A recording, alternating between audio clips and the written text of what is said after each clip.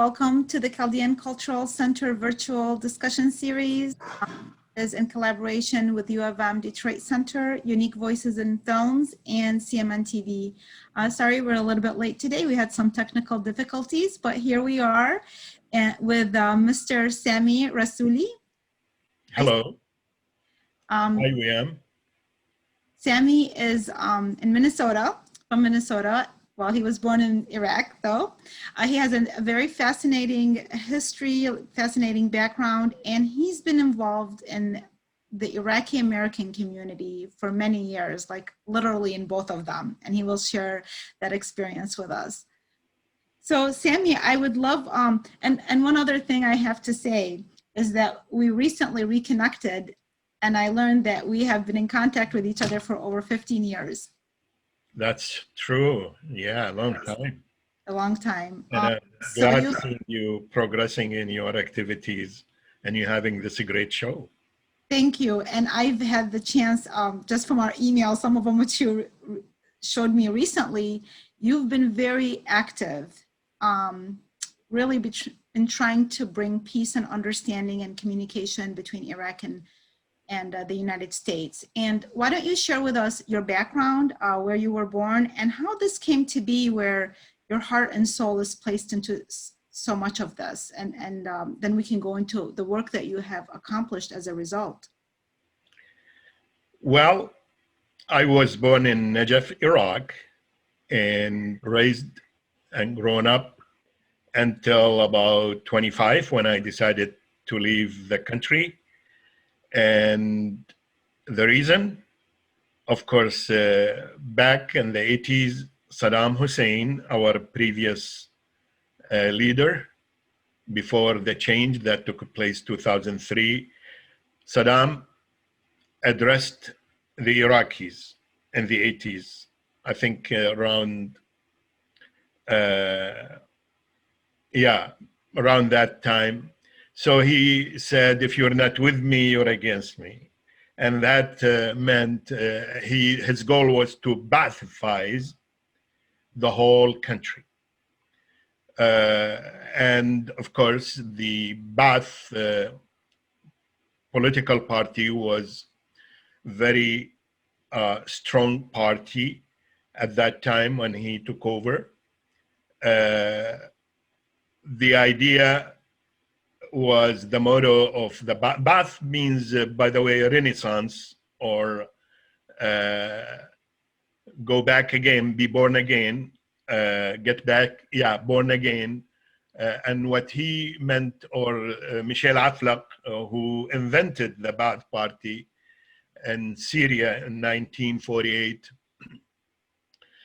they wanted to bring back the Arab values that has been buried with the recent time. And Arab values based on getting all Arab together, the 22 countries, Ummah Arabiya Wahida, to get all Arabs in one country.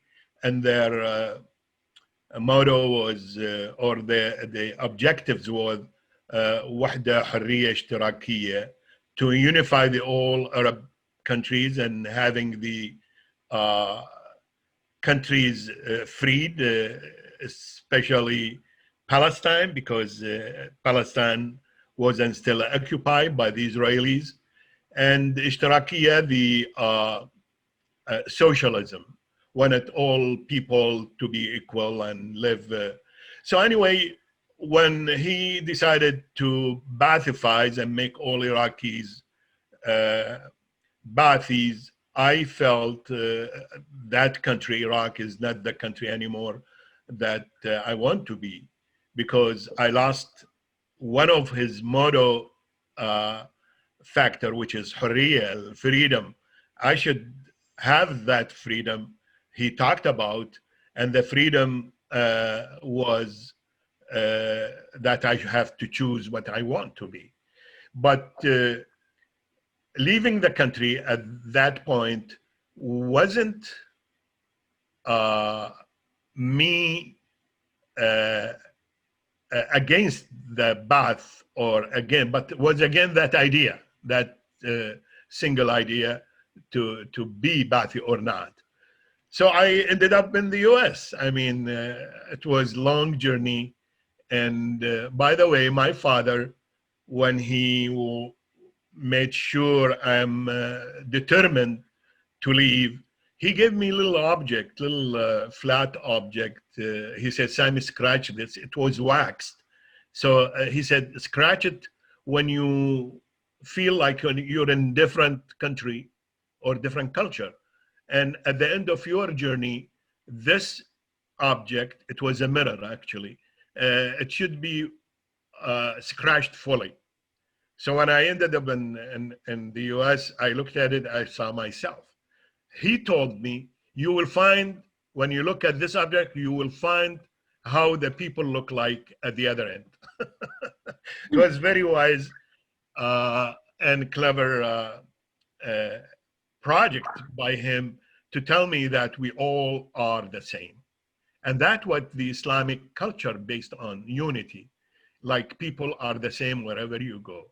You're here, you see Sami, you go to America, you see Sami, you go to Europe, to South America, people are people. And that was the idea. Then me getting involved in peace activities, right from ground zero after 9/11, Mr. Bush Jr., the previous president, also addressed not only the Americans, addressed the whole nation and beyond, the whole world. And he said repeatedly, can you hear me? And people say, yeah. And he said again, if you're not with me, you're against me. I don't know if you remember that. So I said, uh-oh, Saddam Hussein is still here. It was ringing memories. Yes, yes. So I felt, again, I'm not free in this country. And of course, there are many, many stories happened while I was in the US. For example, in September 12, 2001, like the next day of the bombing of the Twin Towers, I was running Simbads. It's a combination of Middle Eastern bakery, grocery store, and restaurant. At that day, I did not want to open because I felt we're Muslims in trouble after what happened in New York. My wife, my kids say, no, you have to go and you have nothing to do with it. This is America and this is the land of the free. So when I went to the shop a little bit late, I opened the shop. Right after I opened the shop, a gentleman got in with a blonde woman. The man was covered his head with American flag bandana. So I said, Sami, you're in trouble. So they asked me about Mehmet tea or coffee, Mehmet coffee if I have. I told him, yeah, that means Muhammad coffee. The Turk called Muhammad Mehmet. So he said, yes, I know, I am Turkish. I looked at him and I told him, so what about that bandana? You scared me off. He said, for protection, man. Oh, wow. Yeah. Then I noticed most of the Somalis in town start putting the American flag on their cars, and also the pictures of George Bush. Anyway, that was the beginning of my journey to the West, and ended up in Minneapolis, Minnesota, USA, as you asked me in the beginning. So recognizing, the violence that has occurred and the wars that were perpetuated as a result, which actually went back before 9/11 because of the 1991 war and the long sanctions that, so did this stir up the sense of like you having been born in Iraq, the sense of responsibility and a duty to kind of try to create that unity and to help people understand who Iraqis really are and their background, and also, by the way, I visited Iraq in 2000 after having left from there for like 20 years, and and the Iraqis also have had a lot of misconceptions about us as well.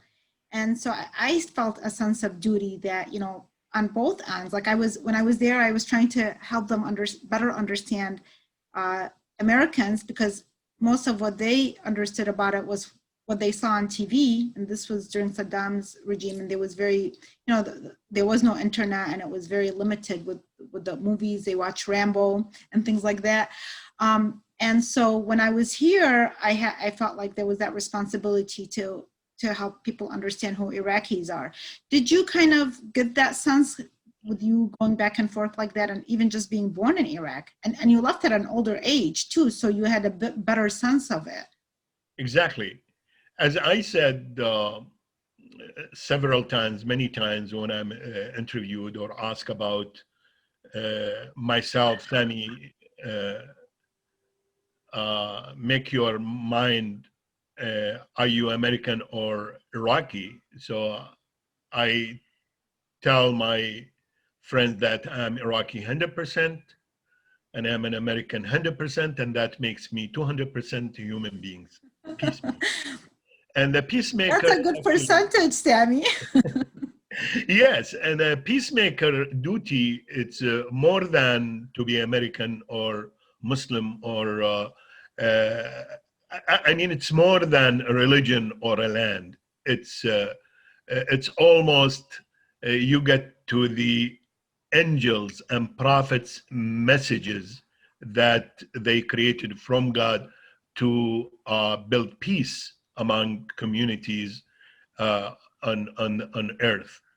So when I started watching on the screen how much the total death of Iraqis after the invasion in Iraq, that made me really sick, and I couldn't take it, because I was, before the invasion, I was contacted by a group of Americans to be recruited to go with the wave of the invasion and be part of the operation. And then whatever I want here, whatever I want to be, then the American leadership will grant me. But I refused, because I realized that was wrong, and the result of it would be catastrophic. So, but I decided to go there in my own, not with the invaders, not with the project of liberating Iraq, but I went there not in a form of a fighter or warmonger, but a peacemaker. And I wanted to build a bridge to link both Iraq and the US and maintain the two ends of the bridge by coming back like a salmon, go up the stream, but salmon never come back because they want to die at the place where they were born. I defied death in this case, but kept coming back. So Sami and salmon have common ground in going back, but Sami and salmon don't have common ground to come back. I kept coming back, and here it is. In the mainstream media here, Arabs are described as terrorists. You know that, historic, in the historic political point of view, when the media talk about Arabs and Muslims. And in the mainstream Middle Eastern media, the Western are described as infidels. So I said, well, Sami, there is a project for you to bring those infidels and terrorists together and let them find out what they are. Are they really terrorists or infidels, or the vice versa? So that's what I wanted to do by building that bridge. So many projects we established, and the latest one was English for Reconciliation. It began in 2017, October 2017, and started up to until September 2020, when the school was bombed and destroyed completely. This is just Sami, just to clarify, because there's an article written about this. It's you called it, you called it the American Institute for English, and it's in Najaf, correct? Correct. Yeah, and it was in the news, all over the news. I mean, yes, I saw across that. the country here and the rest of the world. Yeah, it was a huge explosion that destroyed the school that I ran it. And during the last 4 years, I invited many brothers and sisters from America, from Canada, and the UK to come and teach and get introduced to the Iraqi culture, meet families, live with them, at least for 1 month, 30 days, free of charge, except you pay for your plane ticket. And many Americans responded to this. So we got American guests, about 26 of them. And we got more before the school started as visitors.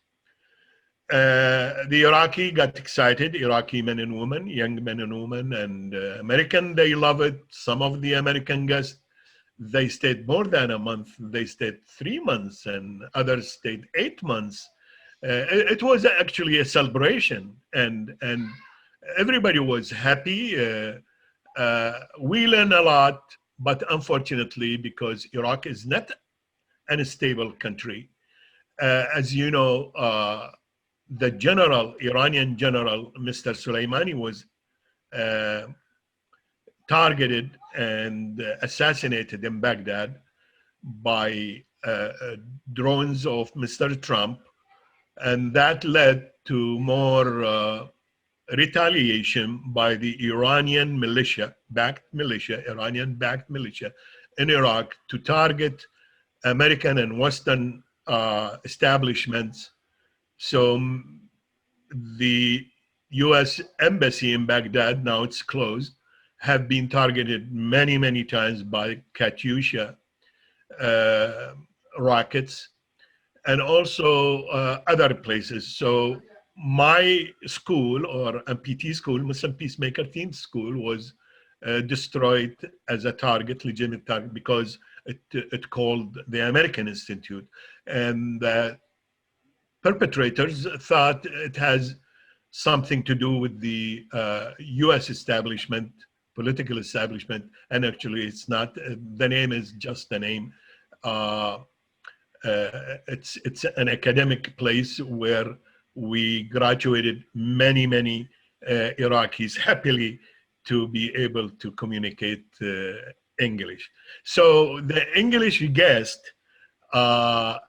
didn't end up his visit in school, but Iraqi students started invite them to take them home, invite them to make for them maqluba, or I saw some of the feedback from the guests that you hosted, and I loved reading their letters about their experience. You know, we had one person who I believe a woman that had spent Christmas. She said, in Najaf. Yes, in Karbala.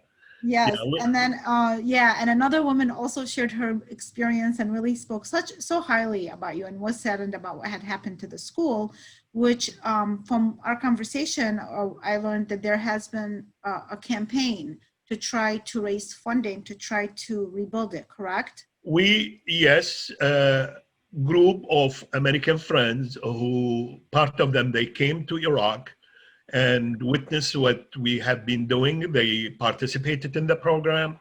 So what they did, they actually initiated a page for me to help me and my organization, Muslim Peacemaker Teams, to rebuild the school by raising funds at GoFundMe, the website. We're gonna be sharing a link to that for anybody who wants to. And by the way, if anybody wants to learn more about the school, like Sami said, there are a lot of articles that were written, especially because of when it was bombed. But then we're also gonna include a link to the GoFundMe if anybody wants to support this effort. Thank you. So anyway, it was an endless and continuous celebration of humanity when Americans meet Iraqis and learn about them. And that's why I invited Mr. Trump to visit Iraq right after his inauguration to learn more about Muslims before he signed his executive order to ban Iraqis and other Muslim countries. But then he didn't respond. He didn't come. I wish one day he comes and visit us in Iraq. But later he excluded Iraq from the list. They were 7, they became 6. And now I think Mr. Biden excluded them all. And that's good news. So, and I watched some of the interviews that you have done, and you talk about your invitation to Trump that, you know, he hasn't taken it up yet, but hopefully he will. But you also shared how people would be surprised that despite everything that has happened with the Iraq and the wars and how much damage has been done because of these wars, how hospitable Iraqis are, particularly to Americans. And I can say firsthand that after the Gulf War, and when I went there, it was during the sanctions, and it was like after the sanctions had been around for almost like 10 years. So the country was very, very tired, but I could not believe the hospitality and the generosity of the Iraqi people in their most dire situation, and their, you know, and it was where at that time, like $50 a month, this was like a right, you can like, a whole family can live off of it. But you as a guest, and you coming from America, and they will literally like put all their money into just hosting you. The experience that you get, happens in most Arab countries, I think. I mean, I've been around in a lot of them, but I'm saying particularly Iraq because of the fact of what has happened between us politically. This is incredibly true, that their hospitality and their kindness toward Americans, and what most Americans are not aware of, is that we've had a relationship with Iraq on a political level for over 100 years. Over 100 years, ever since, you know, the British entered Iraq. So this is an ongoing relationship, and it's going to continue for much longer because of the resources in Iraq. So it's really an opportunity for us to learn about that culture, especially because what I'd like you to share, this is something we haven't addressed, but it's very important. You bring up that Iraq and is a cradle of civilization, Mesopotamia. So one reason maybe people feel, well, aside from politically, what is our association with Iraq? Well, historically, there's a big connection between the East and the West because it's the cradle of civilization. Can you share a little bit about that? Well, young men and women in this country, when they join the college, first thing they do the orientation. They go to this office, which is in charge of the orientation, a specialist academic professor or a teacher. Ask the student who wants to join this college or that college about their interest, then they orient them. Orient means east. Orient them means put them on the side, not Kaaba, Neither Las Vegas, but orient them toward the east, toward Orient, means where the sun begins to rise. And that means the correct direction. So orientation, I believe, where the Holy Land is, where the land we call it holy and known as holy, it's in Middle East. And experts, scientists, they studied long, deep, and heavily to find out what about this hospitality, why it's there, and what's the root of it. So somebody said, because it's a desert, and the people who lives in the desert, if they don't share what they have, they just vanish. So they have to share what they have. There is nothing there except the herds of animals, sheep, goats, camels, and they have to share that in order to survive. So that sharing became a habit, then became tradition, and then it's called hospitality and generosity. But we should not forget our leader, the Prince of Peace, Jesus Christ. More than 2,000 years ago, he taught us about the hospitality and the generosity when he said, well, if you got slapped once, get the other slap happily. and the left cheek. And the left cheek. And is that why I learned you named one of your children? Yes. My youngest son was born around Christmas, so he's now Isa. And not too many Americans realize that Isa means Jesus. Of course, in the US, they don't name people Jesus, but in Mexico, they do. They do call their newborn babies after Jesus Christ. So I try to make my house as a peace living little community that's built around it, a bigger community. So anyway, talking about the unconditional love that came up with the Prince of Peace, Jesus Christ, it's an old message. It's an old lesson. We're still not learning it. Anyway, we go back to the generosity. In 2016, Gallup Institute, it's part of the UN. In 2016, they issued a report that Iraq is the most hospitable country toward foreigners in the world. So that was an ideal gift for every Iraqi.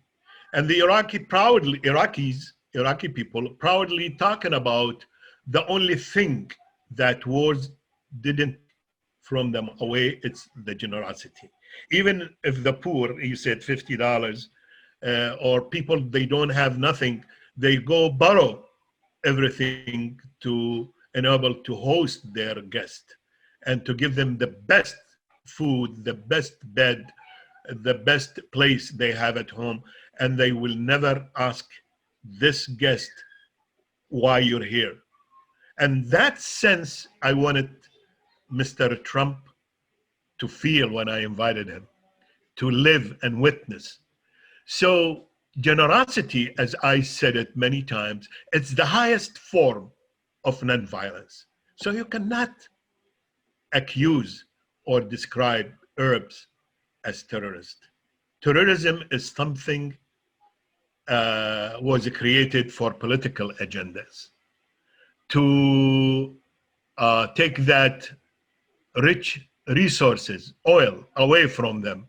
And you have to sell your wars, you have to sell your agenda of occupation, killing those haji or an old woman carrying a basket going to the market, or their kids carrying his backpack going to school, accusing him to build this bomb on the road when the Hummer or the American convoys roaming the villages of Iraq during the occupation.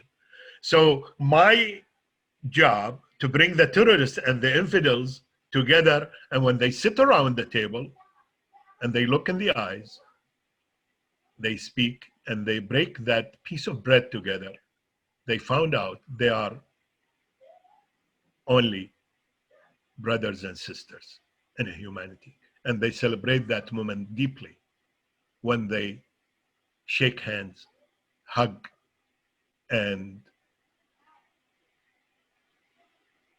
I mean, I'm emotional now, but I'm telling you, No, I this was is really, so beautiful. for me was survival. I mean, to do this. It's a kind of remedy. Even last time I spoke to Jason Moon, who is Iraq vet. We were both, he and I, in a roundtable run by Dina Eccles of Widening the Circle program. Miss Eccles from Echo Valley Hope Farms in Wisconsin, Ontario, Wisconsin. She hosted us, and I suggested, because Jason has a trouble with the PSDT syndrome, and many other Iraq veterans, young men and women, have this syndromes. So I suggested to create Iraqi dating a service where GI, former Iraq veterans, marry an Iraqi woman and they produce kids. And this, I mean, with this, it would be really a peaceful approach to get the people melted in that so-called melting pot, and then they start loving each other rather than hating each other. You know what? I think this would be one of the best projects ever thought of, because that would be our. It's through love, and it's that the male and female coming together through love and creating that kind of a unity. That is so beautiful, and I do hope that you do actually carry on with it. Because you had mentioned so many times in your interviews, it was discussed how much money was put into this destruction, the wars, the taxes that we pay on these kind of things. Maybe investing in a project like the one that you just mentioned, very cheap dating, maybe that will be, well, not maybe, for sure that would be 1,000,000 times more worth it, and it would make our world a lot easier to live in. We thank you so much for all your work for decades. I would love that in the near future, because I know you're going to keep working and doing things and creating and building. So I would love to have you back with any new projects. And we really honor you for all your work that you're doing to bring two communities together. Well, thank you. Your program is inspiring, and I'll be glad to come back. Thank you. Yes. Thank you, everybody, for watching. Have a wonderful day. Bye-bye.